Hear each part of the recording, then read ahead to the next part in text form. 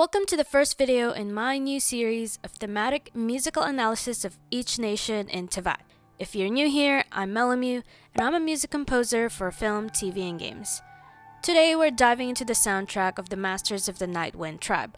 We'll be breaking down the tribe's different themes, Citlali's theme, the instrumentation, and how it all ties together in the Reputation quest.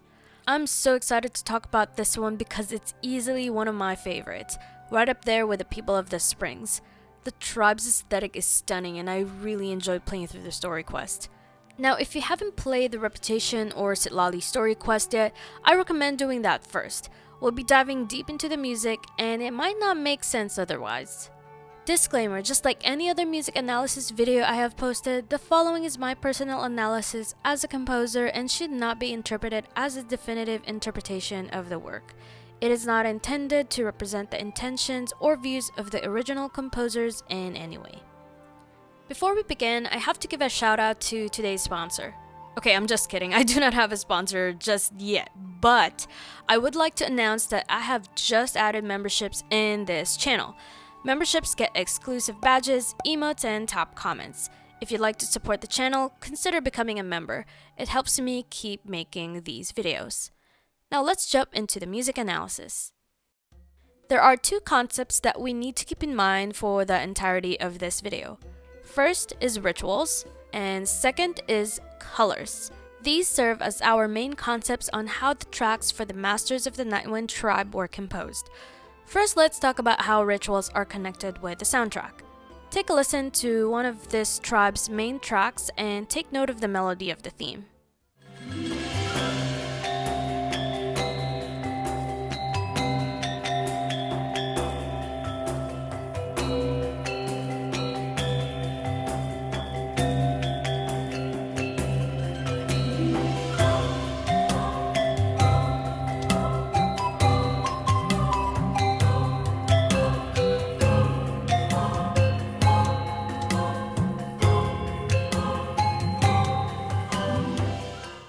For the purposes of this video, let's call this theme Village Colors Theme. The main instrumentation for the tracks we hear in the Masters of the Nightwind soundtrack is called Gamelan. Gamelan is basically a traditional ensemble mainly composed of percussion instruments from Indonesia or other parts of Southeast Asia. While they sound like they have pitch, they are still considered percussion instruments by the way they operate. Gamelan music thrives with its rhythmic arrangement and rich tones. Unlike most Western percussion instruments, a lot of the Southeast Asian percussion instruments are pitched. They are considered tuned percussion. Now let's look at some of the gamelan instruments we hear in these tracks. I'll only be focusing on the important ones for now.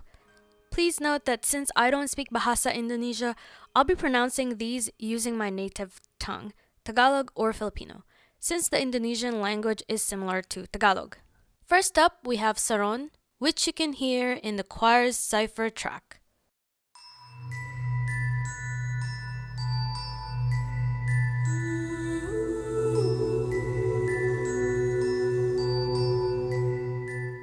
Second is the Angklung, which you can hear in the Soothing of Soul and Sand track.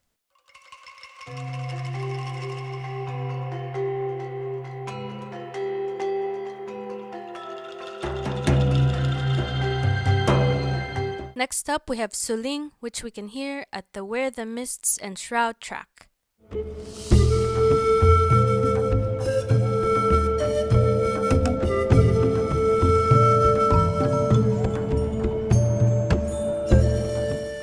Fourth, we have Bonang, which you can hear in the A Fragment of Night track.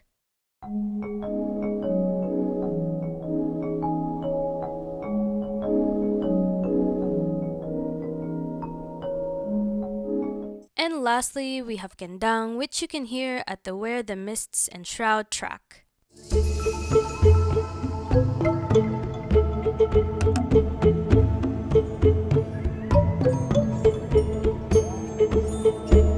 One of the main reasons I'm drawn to these tracks is their soothing quality.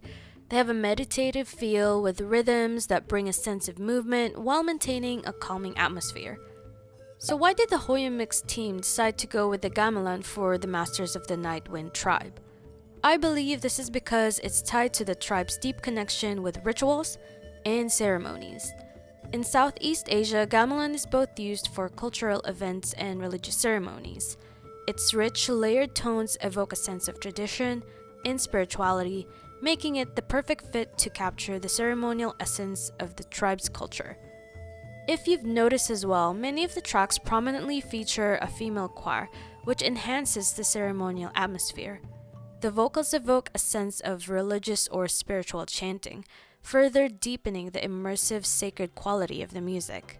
Anyway, let's take a listen to the tracks that have the village colors theme that we talked about earlier.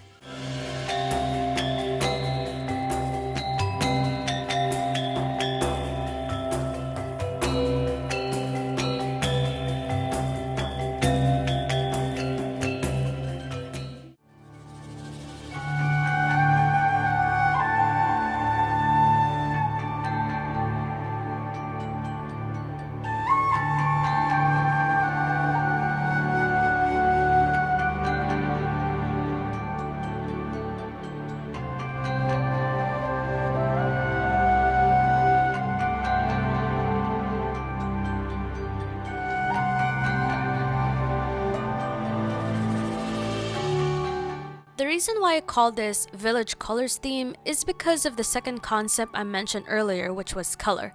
This theme or melody was also played during the Reputation quest cutscene, entitled Remembering Your Color. Seeking the color of my final journey.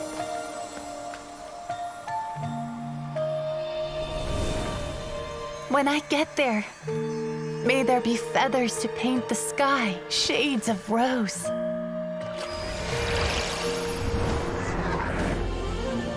And fields of green to beckon adventurous souls. And azure oceans with which to sail into the unknown. And volcanoes too, where, despite the danger, hidden treasure waits to be found. And graffiti art, of course. Without that color, just imagine the dullness of night. Anything else? In the end, I hope everyone remembers my color too.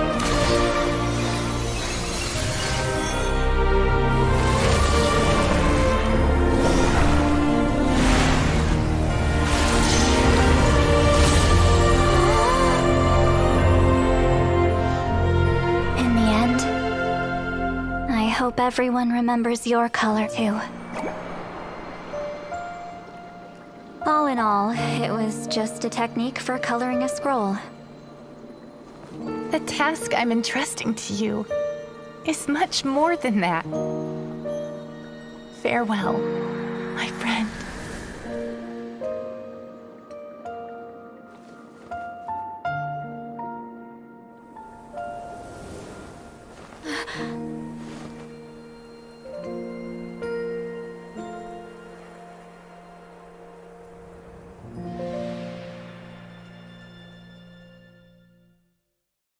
During the Reputation quest, it was mentioned that colors are the essence of memory.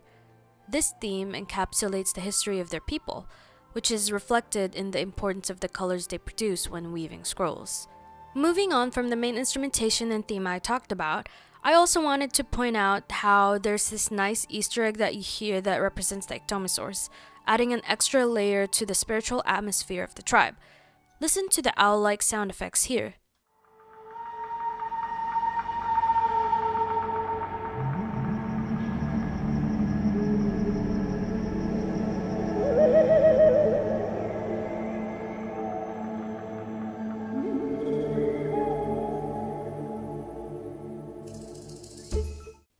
Another main theme we hear is the melody at Springtime in a Mare.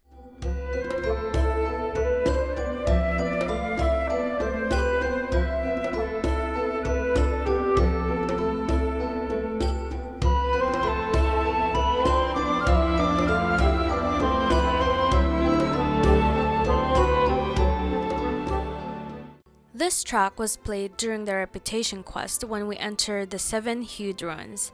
and you can also hear it during the daytime at Tezcatepetonco Range, the outskirts of the village. As to what this theme is highlighting, that is something I have yet to figure out. I don't think we have a lot of footage or videos yet in order to analyze this theme, but for now we can call it the Flowing Colors theme. If you have additional thoughts on this track, let me know in the comments below. Now let's dive into two of Citlali's themes. To start, let's take a look at her character teaser called Her Colors and pay close attention to the melody.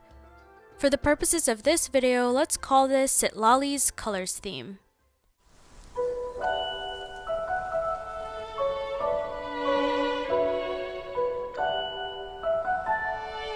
Still at it? No, I think my chance has long passed. But let me get rid of that. We can also hear a small fragment of this melody or theme on one of her anecdotes.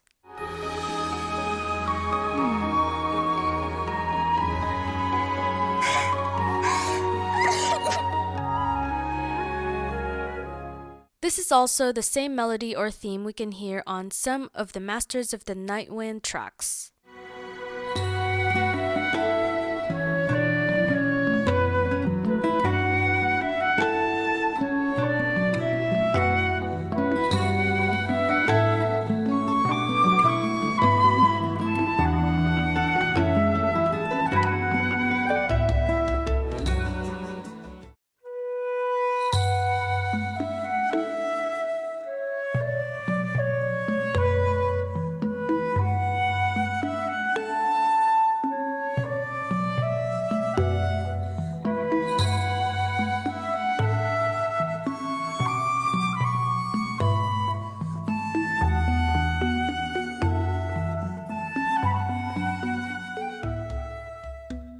While exploring the tribe, I heard these tracks, and I couldn't help but wonder why this theme was also part of Citlali's teaser. But after playing through the Reputation quest, which essentially serves as her story quest, it all clicked. It ties perfectly into the concept of color we've been discussing. In the Reputation quest, we learned that color is the essence of memories, and this theme embodies Citlali's deep connection to her people, particularly the memories she holds of those she once cherished. It's a powerful reflection of her long history with the tribe, beautifully woven into the soundtrack to highlight her importance and lasting impact. Even though she lives in seclusion now, her heart remains with her people. She's their pillar and one of their greatest shamans. Moving on, this music analysis will not be complete without examining Citlali's main theme.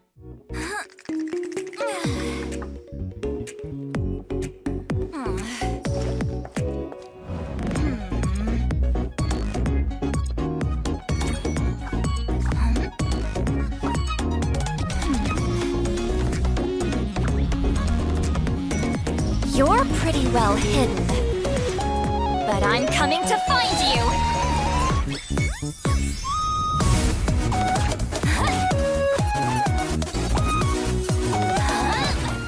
In her demo, we can hear the use of detached short notes called staccatos, embellishments, synth instrumentation, some mimicking the Southeast Asian instruments we talked about earlier, and leaps and runs.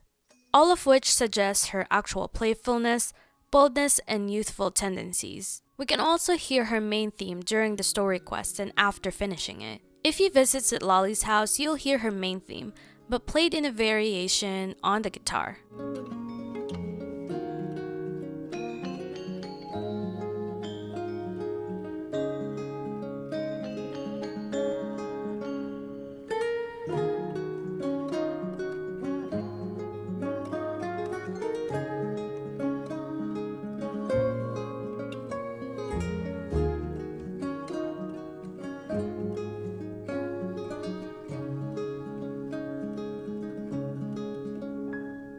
Now let's look at one of the melodies in her theme.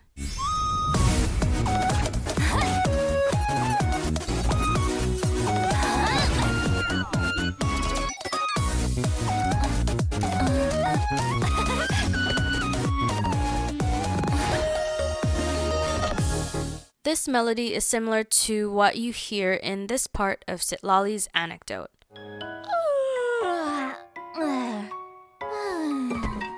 Moving on to our last topic of the day, let's check out the tracks played underground at the sacrificial altar of Enigmatic Land. If you've watched my video, Why Genshin Impact's music works so well, or if you're familiar with the main battle theme, you'll notice that this theme was also woven into these 3 tracks.